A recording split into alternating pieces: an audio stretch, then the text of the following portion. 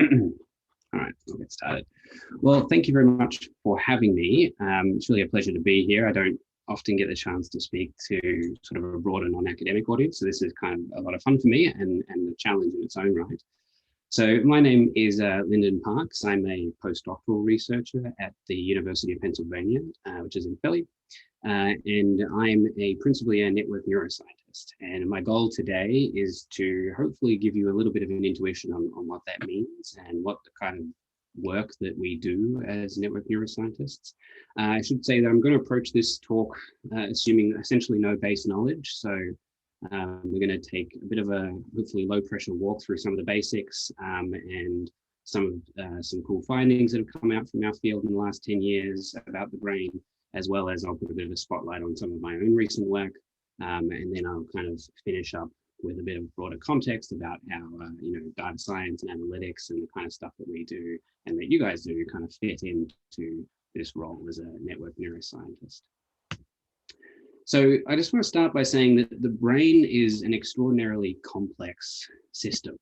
It's made up of sort of billions of neurons and trillions of synapses, which are the connections between these neurons.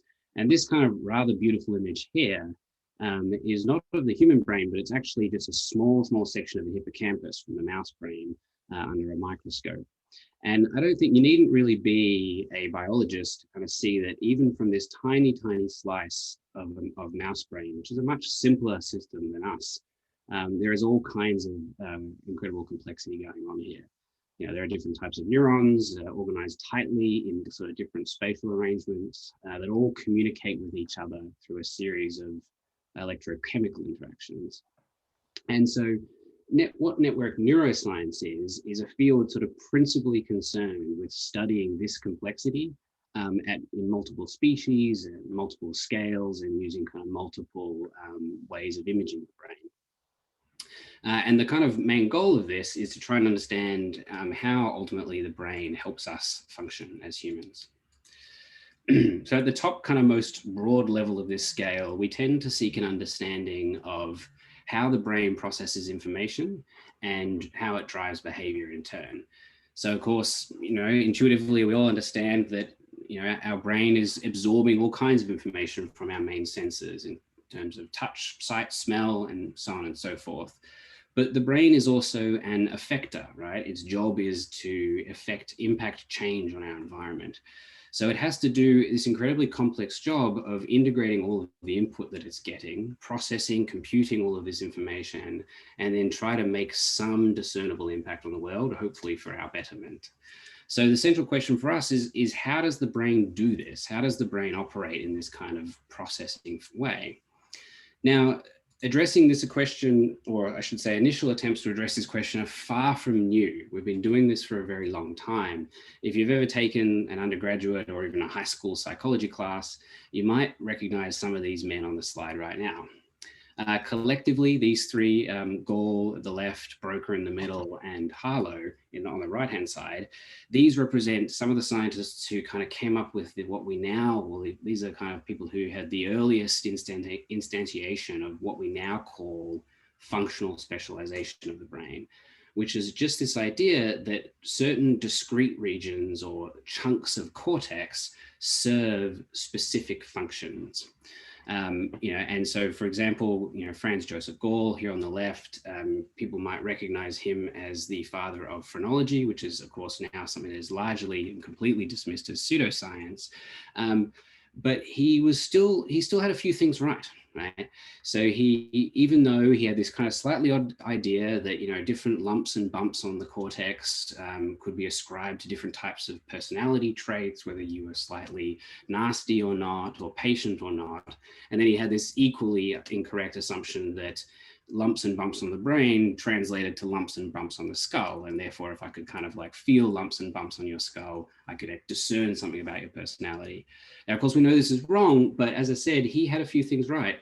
Gall was amongst the first to kind of distinguish between what the gray and white matter was in the brain, and that the white matter represented the kind of underlying fibers that connected the brain together and allowed regions to communicate. He was also amongst the first to kind of say that the cortex, the brain, was actually just a continuous extension of the spinal cord, and that it was through the spinal cord that the brain was able to communicate with the rest of the muscles.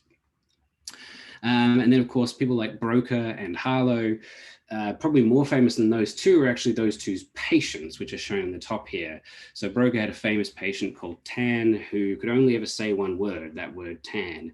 And then upon autopsy of Tan's brain, they found that there was a huge kind of chunk of cortex missing on the, here where the cursor is.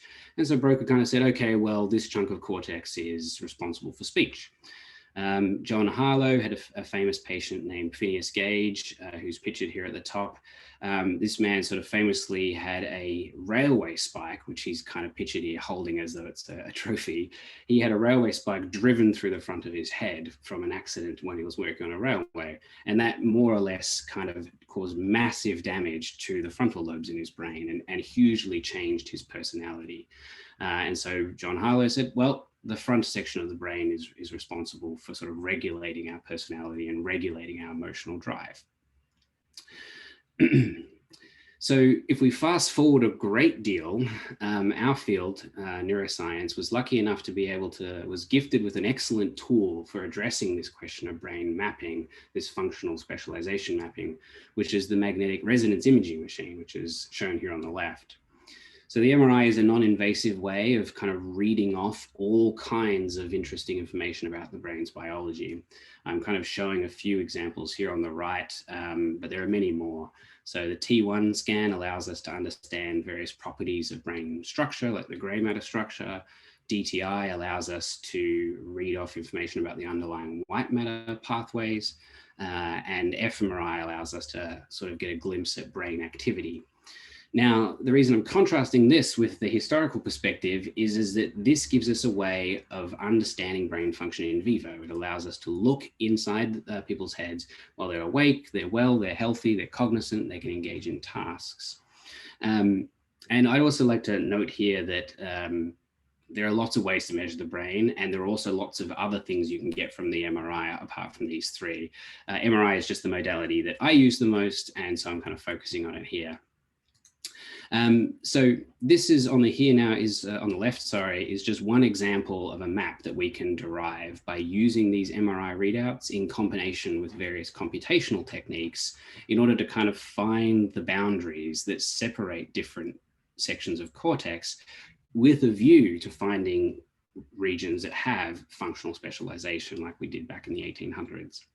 So we might place these boundaries based upon where we find sharp changes in underlying sort of gray matter tissue, or perhaps, we might place a boundary to show that this region activates selectively to one task while another region activates selectively to another task. For example, one region may activate in response to visual stimuli, but not auditory, and another region auditory and not visual, vice versa. So collectively, what the field does is it sort of pieces together these various pieces of evidence, if you like, to try and come to a consensus about how the brain can be mapped. Now, so of course, with this alone, we've come a long way from the days of the 1800s where we needed to wait for, say, traumatic brain injury patients to come along before we could make some observations about the link between the brain and behavior. But there are still some serious limitations here. In particular, the very idea of functional specialization in the brain is in itself limited. The brain does not simply operate like the lights in your house, where some regions are on when they need to be to do a thing, and then they're off when you don't need them. And this limitation, this kind of gap, this oversimplification of brain function, it's that gap that network neuroscience is sort of really seeks to address. So network neuroscience sort of gives us a framework to reframe or recast this question of functional specialization into one that also includes this concept called functional integration. That is, how do all of these messy brain regions communicate with one another in a kind of complex way to give rise to human function, and hopefully, through this communication, humans are able to function in a way that's more complex than simply the sum of those functionally specialized units. So as network scientists, we do this by casting the brain regions as nodes in a network, which I'm sort of showing here in a toy example. And we define edges between nodes using some form of connectivity that we read out from the MRI. So applying this to the whole brain reveals something that we often refer to in the field as the human connectome, which is kind of summarized here. So now all of those brain regions that I showed you as sort of colored blobs in the previous slide, they've now been kind of represented as just small spheres placed on this 3D model of the brain. And it may be a little hard to see based on the size of your screen, but there are a whole lot of gray lines that connect these regions, and they represent the kind of connectivity that we index between those regions using the MRI. So how do we do that? So with the MRI, there are kind of two ways in which we primarily index connectivity between regions. One way would be to look at the structural connectivity using the DTI sequence I mentioned before. So we simply take, say, a couple of regions, say one here and one here. We would use the DTI sequence to look at the white matter paths that kind of actually traverse between those two regions. And then we would say, okay, there's a connection there if there are white matter tracks that connect those two regions. And we can assign weights to this, right? So in this little toy example that hopefully you can see, there are 3 lines connecting the two regions. So we would say, okay, there's a connectivity of strength of 3. There's a connectivity of 3 between these two regions. A complementary approach is, of course, to do functional connectivity with the fMRI sequence I mentioned before.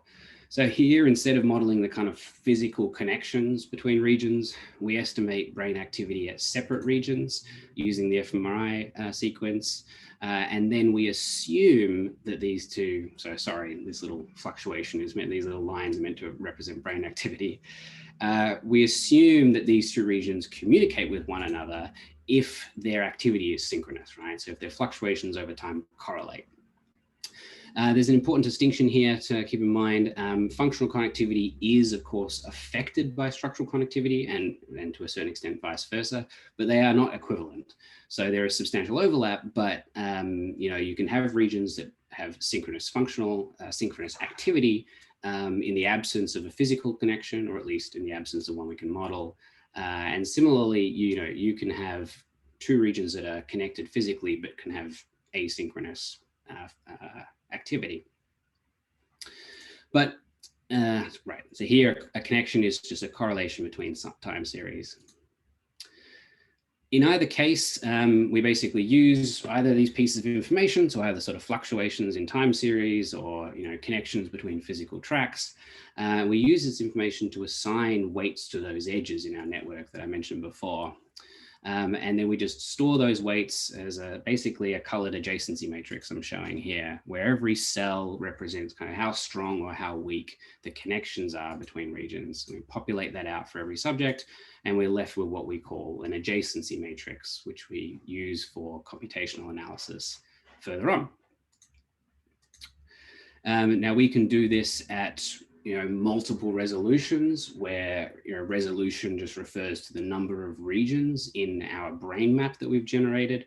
So up the top here, I'm just showing you can generate these connectivity matrices for anywhere from sort of 80 regions to thousands of regions. There's a whole lot of resolutions you can think about this problem at.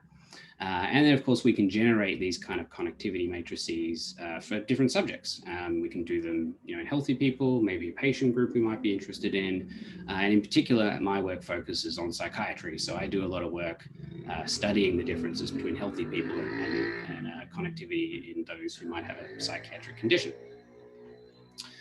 And this, just to sum up this section so far, so now that we're here, we can now use tools from network science and other fields like graph theory, for example.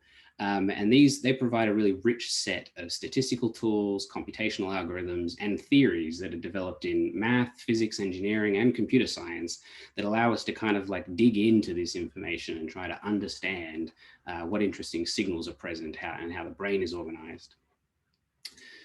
So what I'm going to do for the rest of this talk is I'm going to kind of walk you through a very brief snapshot of some of the findings from our field in the last little while that I find are particularly interesting. And these findings are going to fit into sort of 4 broad pillars, which I'm showing here. So we're going to look a little bit at this idea of network organization, which is kind of addressing that question of, if we have these connectivity matrices, how do the connections organize? What regions are connected to what in what ways? Then we'll also look a little bit at network development, which is this idea of, well, how does this view of the brain as a network change throughout the developing human through, from babies to childhood, adolescence, and on into adulthood. Then we'll look a bit about network pathology. So this is my area of expertise, sort of understanding how the brain as a network breaks down and as a function of mental health disorders. And then lastly, we'll look a little bit at this idea of network intervention, which is how we kind of model, how do we build computational models to kind of like test hypotheses about sort of impacting this network, and how do we influence this network and observe changes. And then, part of that we'll also do a small spotlight on some of the work I've done recently, which kind of is across both of these bottom pillars, network pathology and intervention. Any questions? No. Cool. Okay, so first of all, network organization. So one of the fields sort of, here's a question. Where can we access data like this? Michael asked this. This is a great question. There is actually a large amount of open access data in the field, and it's ever increasing. I'm going to get to that at the end, but I will get back to that. And the short answer, the preview, the spoiler to that is that there is openly available data that you can download and access and play with and build these networks yourself, but I'll come back to that question. Okay, so one of the field's kind of really important observations is the way in which regions connect with one another in this network is not random. It seems to follow a very specific pattern that creates modules. And these modules are kind of illustrated here graphically on the slide. Modules are just sets of regions in the brain that are highly interconnected amongst each other, but have relatively few connections between the modules themselves, right? So they're kind of clusters of brain regions that come together based upon their shared connectivity.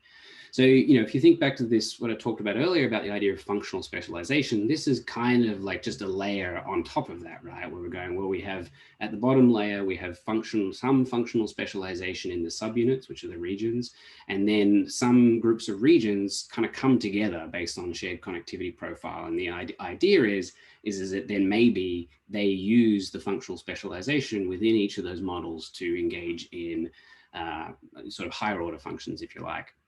But these modules also need to communicate with each other. They cannot operate in isolation. So the other thing that we also observe is these presence of these kind of long distance or long range connections that sort of interconnect these modules. And we also observe that these connections between modules seem to converge on specific regions within each module, right? So in this case, these 3 toy connections that I'm showing here kind of all go to the same region within each module, creating this sense where, these regions here become kind of gateways to access each of these models. A simple analogy is really just to think of these like highways connecting cities. And a couple of clarifying points I just want to keep people keeping in mind. When I say the word degree, the word degree simply means the number of connections to a region. So the number of basically unique links. So, in this case here, there's 7 connections to this region. And strength is the sum of the strength of the connectivity to that region. That sounds a little bit confusing, but remember I said that connectivity has strength, right? 2 regions can be more or less connected based on how we define it. And so the strength of a region is a sum over all of the connection weights to that region, which in this case would be much higher than degree, right? Because one of these connections could be characterized by, say, 10 or 20 white matter paths, for example. And so then this gives rise to this concept that we call in the field called the rich club, which defines a set of nodes which are kind of hub-like in their importance in the network, in the sense that they're much more densely interconnected than by chance under, say, random null models. And they seem to serve this very important function of enabling this integration of all of these segregated modules. So why is this important? Why does this structure matter? Well, to illustrate that, question from Danielle S. Is there an average number of modules that are involved in brain functions that has been measured? Can metrics like that inform the ML models? This is a good question.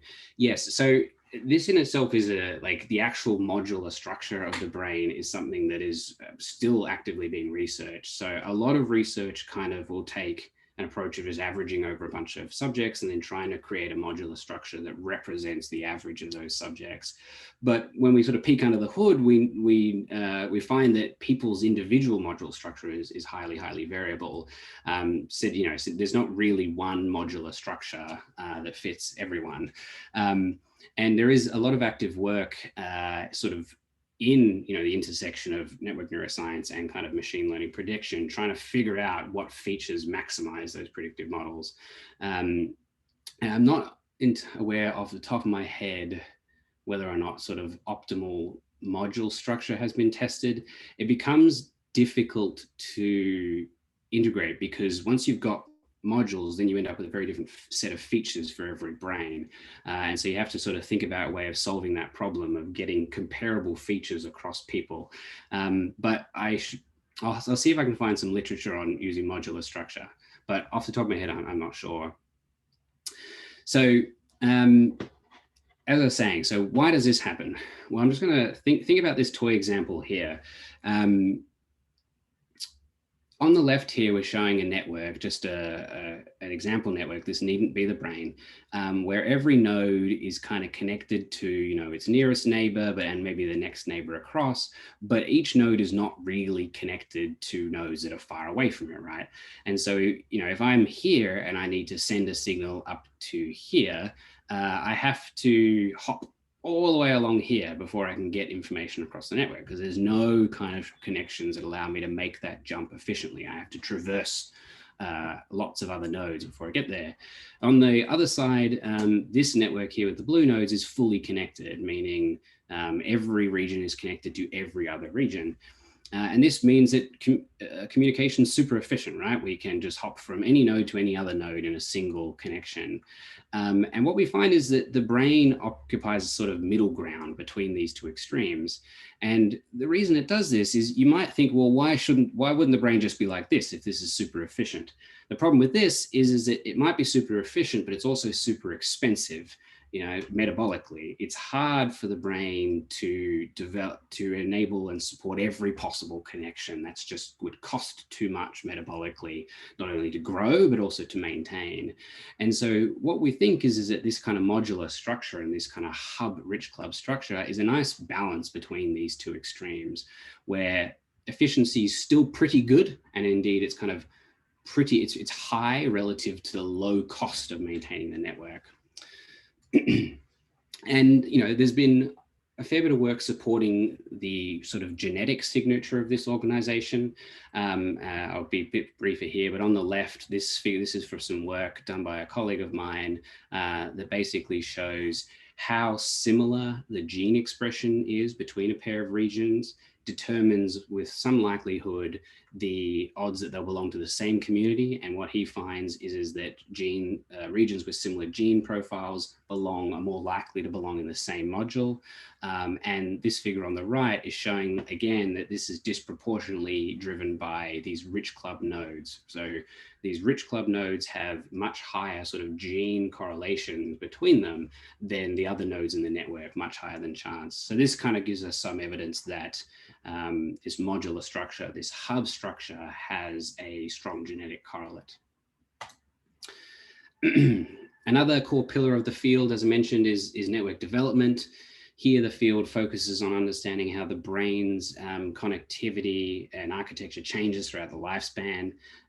In this field, in this space, the field has found that these hub nodes and those modules I mentioned emerge during development. So they kind of mature.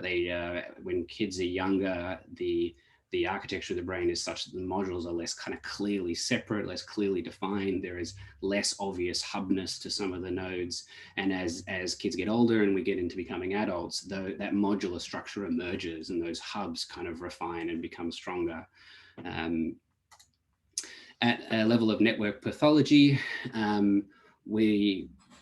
network pathology is principally concerned with understanding what goes wrong. This is just a simple example from a review paper from about 5 or 6 years ago, showing just the idea that, illustrating the idea that connectivity strength varies a lot as a function of mental health. And in fact, the field has found that disconnectivity amongst those hub nodes seems to be a really prominent feature in disorders such as schizophrenia, suggesting that these hub nodes not only are super important to communication, but are also kind of vulnerable to attack by disorder. So far I've kind of given you a sort of a bit of a whirlwind tour of a brief description of some of the work in the field. But so far what we've seen is just stuff that provides a description of network organization. And what we would like to do is go a bit further beyond this description. And one approach that I take, and also people at the lab I'm a part of at Penn also take, is encapsulated in this framework we call network control theory, which is shown here on the right.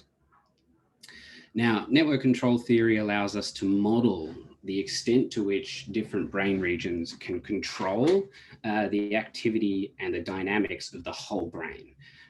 So for example, just trying to give you some intuition, if we say, consider this little node here where the orange arrow is, if we just consider the degree and the strength, we would only get information about these 3 nodes it's connected to here, right? Because it isn't connected to any of these other regions down the network.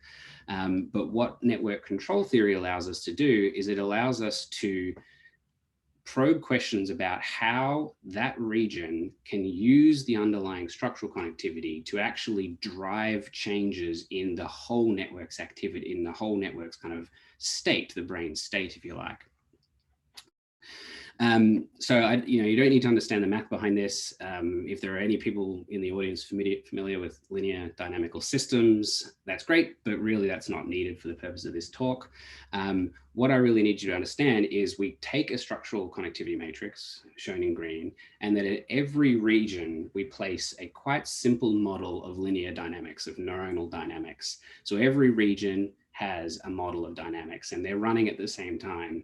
And then network control theory allows us to ask the question of how a region's dynamics can leverage the underlying structural connectivity to basically distribute activity and control the rest of the dynamics going on in the other regions. And what we do is we summarize this at each region with a metric we call average controllability. It's simply a summary that says if a region has high average controllability, that means it's kind of positioned in the network in such a way that it has good control over the dynamics in the other regions, right? And so it's kind of in a good steering position. It can kind of move the brain, the whole brain activity around.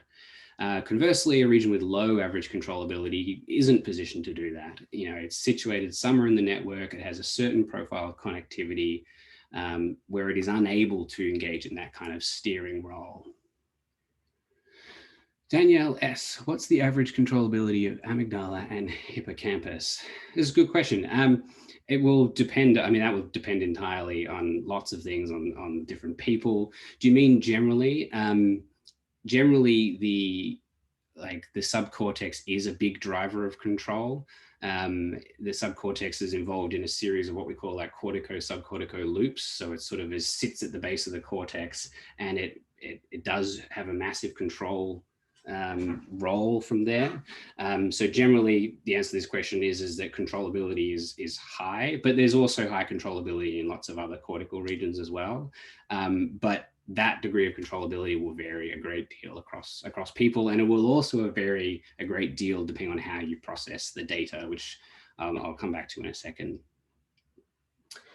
Another question, may I ask, what was the largest data set you worked with during your obsessive compulsive research? Was more data available from areas, washing, checking, blah, blah, blah, blah. Wow, someone's read some of my old research. That I didn't expect. Can you give me a bit more detail about, do you mean from my PhD from a few years ago? Which paper are you referring to, Rich?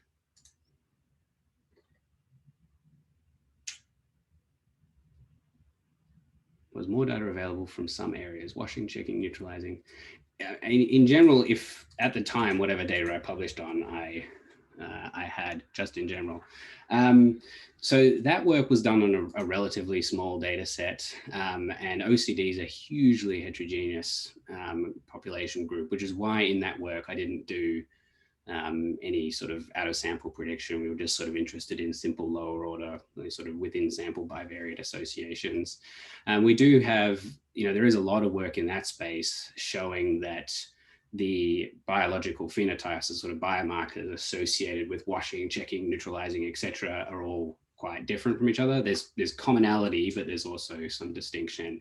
But it's very difficult to get good samples for ML applications in that space, especially because in our diagnostic manuals in the DSM, for example, we say, okay, people might be washers, checkers, etc. But the truth is that very few people are purely one thing or the other. And so this really highlights a fundamental problem with the way we categorize disorders, which makes them very difficult to then find really robust kind of biomarkers in some cases. So yeah, the answer to your question was, at that time, no, I didn't have more available. But the broader question I think you're tapping into is there evidence of different biomarkers associated with those different areas? The evidence for that is yes, but there's still a lot more work to be done there. Thank you for the question. Okay. So in this project I've been working on at Penn, which I'm just going to talk about briefly now, we created structural connectivity matrices in about 1,000 people, actually sampled from a developing cohort recruited here in Philadelphia through the Penn system and the hospital system, about 1,000 people. And then we summarized each region using strength on one hand, and also this measure of average controllability. And so this is what I'm showing here, structural connectivity. Hopefully you can see this, but so the idea is that strength is only concerned with what's going on in the sort of local connectivity area of a region, whereas average controllability is able to use this model of dynamics to leverage and understand a region's role in the full network. So we assemble, this will be much more familiar to this audience, I presume. We assemble feature tables, we just got a number of columns, different brain regions. We have either strength or average controllability. We have about 1,000 subjects, and we're interested in the question of whether or not average controllability does a better job of predicting out of sample different measures of psychopathology. And here I'm going to show you some work looking at the symptoms of psychosis. So the approach we take for prediction is something I'm sure many of you will be familiar with. We just perform multiple iterations of 10-fold cross-validation using a series of regression estimators, some of which nonlinear, some of which linear. And we also include a series of covariates or nuisance regressors that we want to control for, which are kind of shown just pictorially here in gray. These things are like age, sex, how big people's brain is, and how much they moved within the scanner, because movement in the scanner can cause a lot of artifacts on the signal. And we want to see to what extent we can predict our Y variable, which is just sort of shown here in purple. Then below, we also do a secondary sort of prediction model where we retrain our models to assess the regional contribution, or the most, to try and find out which regions are driving the predictive performance. We do this in a series of ways, but the way I'm going to illustrate here tonight is I just want you to look closely at this brain map here, this sort of blue through yellow map, and just to understand that these yellow regions are kind of coincident with these hub regions that I mentioned a few times now. And so we can organize the brain, the cortex, in a kind of gradient where we kind of traverse from regions that are a long way from hubs up to regions that are themselves hubs.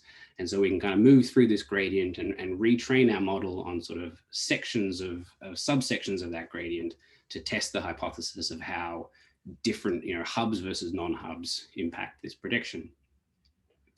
So first, from our whole brain models, using just all of the regions we have available to us, we find that average controllability outperforms other regional metrics of structural connectivity, including strength. So first of all, strength is shown here in this green color, average controllability in this peach color. And then these three other distributions are three other measures of structural connectivity at a region.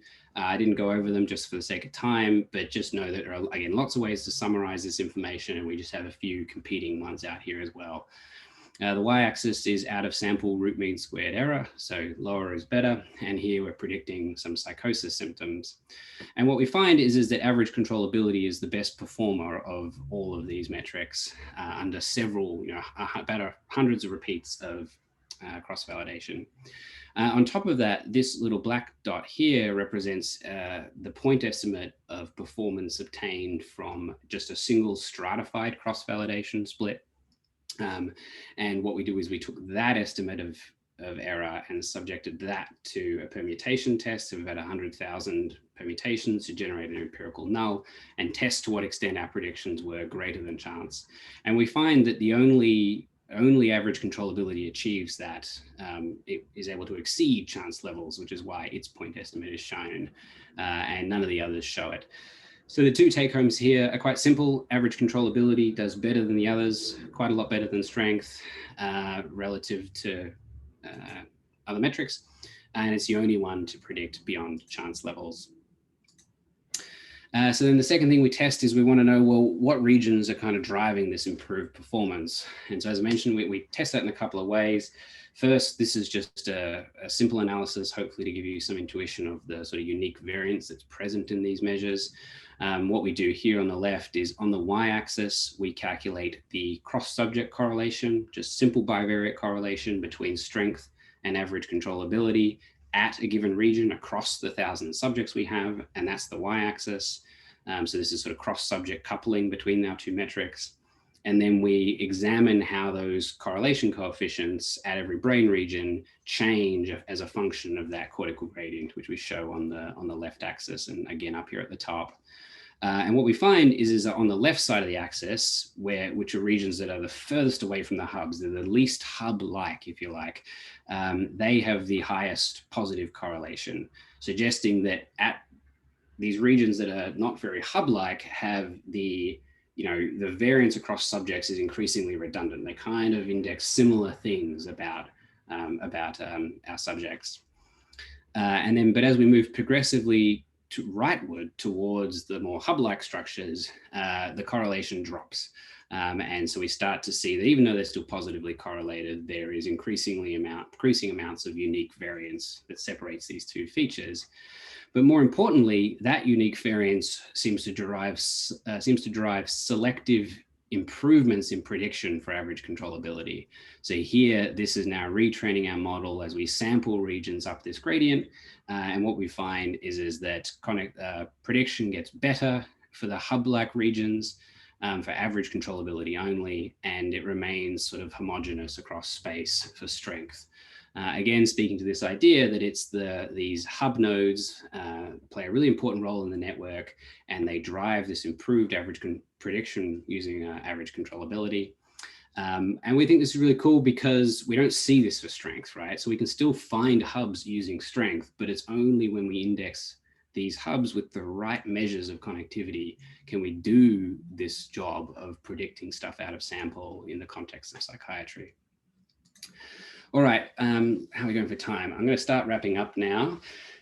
So just to kind of come back to where we started, I've hopefully just given you a little bit of a snapshot of kind of the type of the work that the field does across these four major pillars of how the brain is organized, how that organization changes as people develop, what goes wrong, and how we can maybe model how different regions can kind of intervene with the network and kind of control the network.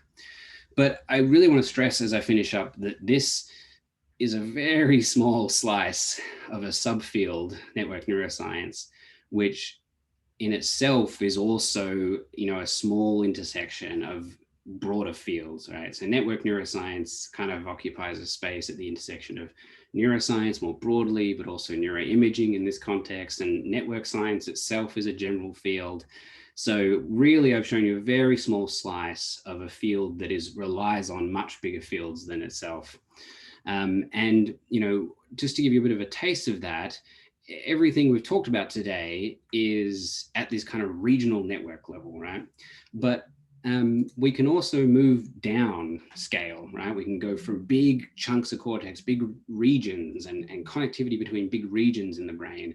We can move down to neuronal networks and molecular networks. And indeed, I kind of showed a little bit of that stuff earlier, where I said that the gene signatures of regions impacted its modular structure. And there's lots of scientists out there doing this work, trying to look at the network interactions at smaller and smaller scales. But similarly, we can go upscale as well. So this is not work I do myself, but there are scientists out there who are interested in more broadly about social networks and how social interactions and the environment more broadly both are influenced by our connectivity or shape the connectivity of the brain, so how your social network impacts what's going on with your brain. So a few little closing thoughts now. Network neuroscience is an enormously multidisciplinary area. These are just a few words I could come up with. I know that these fields feed into network neuroscience. I've probably missed many, but network neuroscience is fed into by network science, neuroimaging, electrophysiology, statistics, ML, biology, physics, psychology, psychiatry, medicine, engineering, and informatics as well. So it's a field where people come from all kinds of walks of life to contribute to this space. Network neuroscience is also open science. Well, is a bit ambitious. It's working on it, and it's getting better every day. Two main things I want to point out is there's an enormous amount of open data. So we had a question before around, can I get this data? The answer is yes, you can actually, and you don't need to be an academic to get access to it. So there are all these wonderful resources that you can go and scope out if you want to. The Allen Institute for Brain Science includes a lot of really great genetic data for both the human brain and the mouse brain. The Human Connectome project has hundreds of adults with full imaging workups and cognition and different symptom things. The UK Biobank has got thousands of people with the same information. The Philadelphia Neurodevelopmental Cohort, that's the data that featured in my work. And then there are other sort of higher level resources that let you get access to different kinds of imaging derivatives that have been processed and analyzed by other scientists. And this is all, largely free. Then on the other side, this is showing my own bias. I code full-time in Python, but neuroscientists use all kinds of languages. R and MATLAB are also popular. And this is just a smattering of the things I use every day, from kind of common Python packages, NumPy, SciPy, Pandas, etc., stats models, etc., scikit-learn. But then there are also specific network packages and specific neuroimaging Python packages, like NiLearn and NiBabel, NiPipe, NetworkX. They're all central to my job. And next, network neuroscience is supported by really powerful tools from neuroinformatics. The people in this field are what allow me to do what I do. So at the start of the talk, I talked quite trivially about how we create networks, right? I showed those little toy examples of how we get connections with functional connections, structural connections, etc. But the truth is that step in itself is incredibly complicated and takes an enormous amount of work. And that's what the field of neuroinformatics is focused on. You needn't look closely at this diagram, but this is just one such example of how much processing, denoising, curation, engineering goes into taking scans from the DTI sequence, processing it, and actually generating structural connectivity matrices that are then fed to someone like me to do the analysis I showed you here today. And there's increasingly lots of tools around this neuroinformatics field, which are also free. And so, yeah, I just want to give a special shout out to just really emphasize that the stuff that I made look simple is far from simple. All right, we've got a question from Ryan. What, if any, are ways to take action on the results of this research? When you find, for example, lack of connectivity between certain hubs is common among patients with schizophrenia, are there actions that can be taken to stimulate activity between these hubs? This is a beautiful question. So yes, so the two main modes of inquiry that are going on at the moment is, well, there's probably more than two, but the two that come to mind are, there's a lot of work in external stimulation, external neurostimulation. So transcranial magnetic stimulation, or TMS for short, is one such example. And there's also work in, of course, then there's pharmacological interventions. So there are whole teams of network neuroscientists and neuroscientists in general researching exactly that question of like, how do drugs interact with connectivity? How do external neurostimulation interact with connectivity? And how can we kind of right this ship, if you like? And you know, I think that like the stuff I showed before about network control theory is actually a really great bridge that kind of goes, that helps fill that gap a bit, because even though that work is not specifically using TMS, it gives us a model of how we might sort of, what predictions we would make about what sort of stimulation would have what kind of changes. Rama, in terms of machine learning, what type of models are found to be the most useful in this area of research? General machine learning models or deep learning? Another good question. So, I mean, it depends upon the input features, I think. So here, for network neuroscientists, personally, I feel like the attention is better focused on the more basic models, basic regression models, kernel ridge regression models, support vector machines. Those types of things work reasonably well. And I actually think that the better avenue for improvement is better understanding of the connectivity, which is kind of what I showed. But where the more sophisticated models like convolutional neural networks and deep learning and computer vision come in, is those tools are leveraged by the neuroscientists that aren't network neuroscientists as much, and so there's a whole field of people trying to basically just read in the voxel-wise data, you know, read in just the T1 data itself without turning it into a network and trying to use convolutional neural nets to do prediction. And they find they do pretty well for some basic tasks like predicting sex and age, but there's still a lot of work going on in that space as well. Another question from Stephen.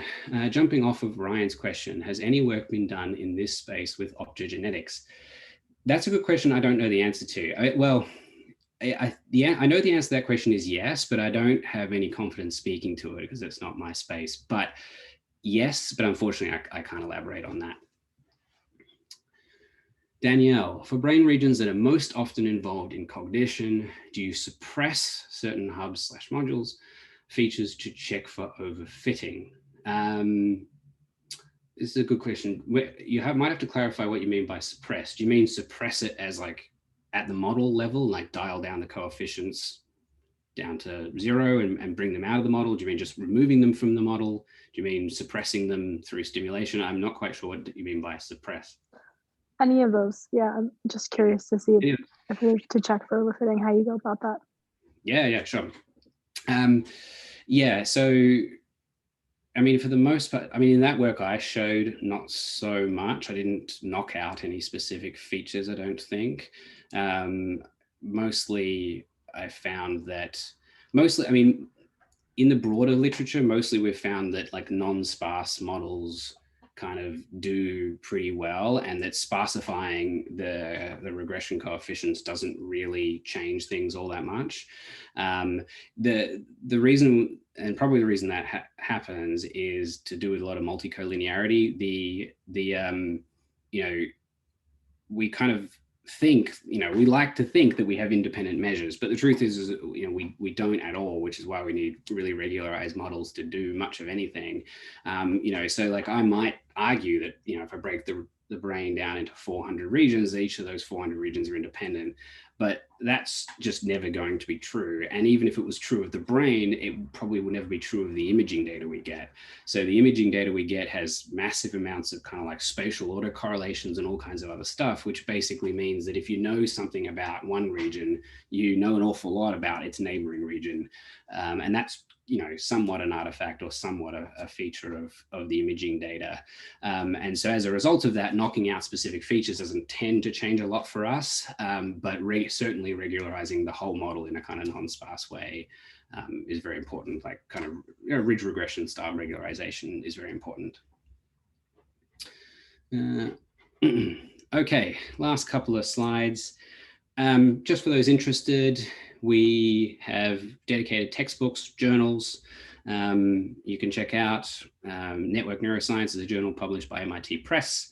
And we have, you know, there's a book that came out a few years ago called Fundamentals of Brain Network Analysis. You know, for those who are interested, you can go check that out on Amazon. And last but not least, I'm done now, but it's remiss of me to thank my mentors here at Penn, Danny and Ted. Obviously, you know, the institution, Penn itself, and funding bodies, NIH, and the Brain Behavior Research Foundation, and a whole lot of friends and colleagues who have been really important in shaping the way I think about the brain. And thank you all for listening, and I can see some more questions coming in. So I'll stop sharing now, and let's have a look at some of these questions.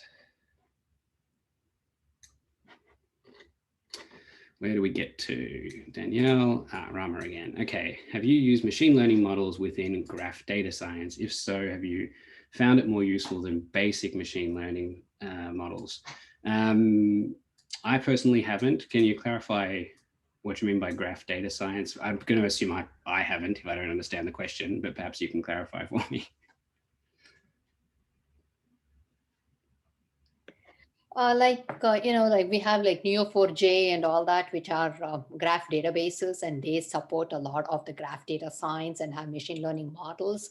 Mm-hmm. And their focus, like when I see your network models, I see more of, you know, immediately that reminds me of the graph data science, where the focus is more on the importance is more on the relationships between the different nodes and all that. So to me, looks like it would be a great of great use to use the graph data science. So I'm just curious to see whether any work has been done, like you know, using in the field of network neuroscience, using graph databases and graph data science models and all that. Yes, I mean, but by your description, it sounds fundamentally like what we are doing. Perhaps we just use different terminologies to refer to it. But certainly, I mean, yeah, certainly network neuroscience has a strong foundation in graph theory, if that's what you're referring to. And, you know, if you're thinking of databases that are able to sort of scrub through various kind of graph-like features, absolutely, we do a lot of that. In fact, a lot of those measures of in that figure I showed about halfway through the talk, where I kind of dismissed there was some results where I said, oh, don't worry about those brain features, I didn't have the time. Those measures of centrality, graph theory-based measures that kind of ask questions about, you know, path lengths and shortest paths and paths that traverse through regions. And so I think that's what you're referring to as far as I can tell. And as I showed, you know, our models of network control theory were outperforming them. Okay, Eric, one of the challenges of network data are that its connections tend to be positive. To what extent does including sign on the connections in brain networks, anticorrelations, help to understand brains? Well, this is a big, broad question. Yeah, it's sort of touching on actually quite a controversial point in the functional connectivity literature. I mean, so most of the work I do and I show today is based upon structural connectivity. So those are positive only networks.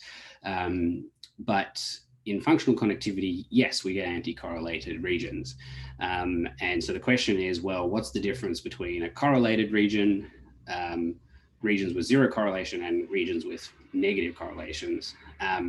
And we find that the negative correlations are very much of importance. But there's a bit of a controversy in the space, because the way we process, clean, and denoise the functional data, you know, via those the neuroinformatics field, has a big impact on the relative proportion of those anti-correlations in the data. And so it's still kind of up for debate to what extent that's like real or an artifact of our processing. We certainly find that certain processing decisions that amplify anti-correlations can actually work better for certain types of analyses. Not entirely sure if like ML prediction analyses fall under that category, but certainly just sort of charting maps of connectivity have a big impact on that processing decision. You get very different kind of maps of connectivity from one region to the rest of the brain, depending on whether or not you do that processing decision that increases the proportion of anti-correlations. I hope that answered your question. You're welcome.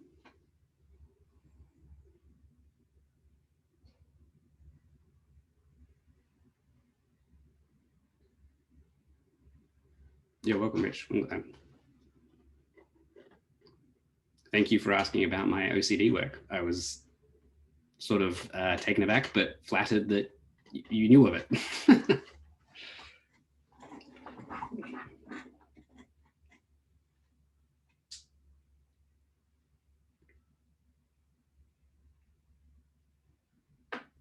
Okay, if there's any other questions, or if anybody wants to unmute yourself to ask some specific questions, please do so now. Feel free to do so. We'd love to hear any questions that you have.